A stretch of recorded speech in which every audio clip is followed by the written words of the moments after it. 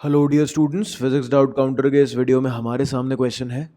A monkey of mass 20 kg is holding a vertical rope.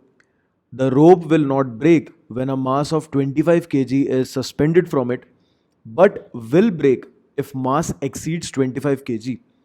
What is the maximum acceleration with which the monkey can climb up the rope?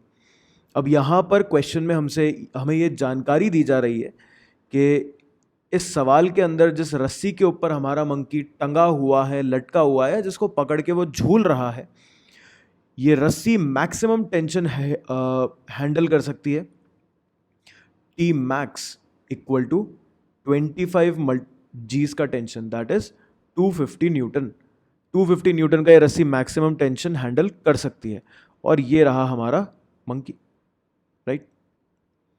अब obvious सी बात है कि यहाँ पर अगर हमारा monkey ए acceleration से ऊपर जा रहा है तो रस्सी पर जो टेंशन होगी वो मंकी के mg से ज़्यादा ही होगी, राइट.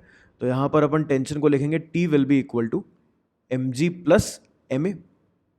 और क्योंकि क्वेश्चन में ये पूछा जा रहा है कि मैक्सिमम एक्सेलरेशन की वैल्यू क्या हो कि रस्सी ब्रेक ना करे, एंड इन दैट केस अगर हम बात करते हैं मैक्सिमम एक्सेलरेशन की, तो उस समय पर रस्सी का टेंशन भी मैक्सिमम हो जाएगा.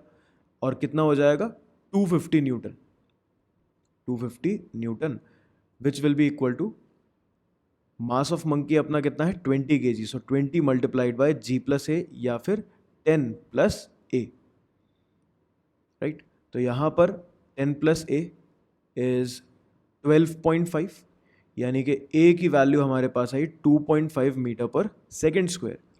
यानी कि अगर हमारा मंकी 2.5 मीटर पर सेकेंड स्क्वायर के एक्सेलरेशन से ऊपर जाएगा, उससे ज़्यादा के एक्सेलरेशन से ऊपर जाने की कोशिश करेगा तो रस्सी टूट जाएगी.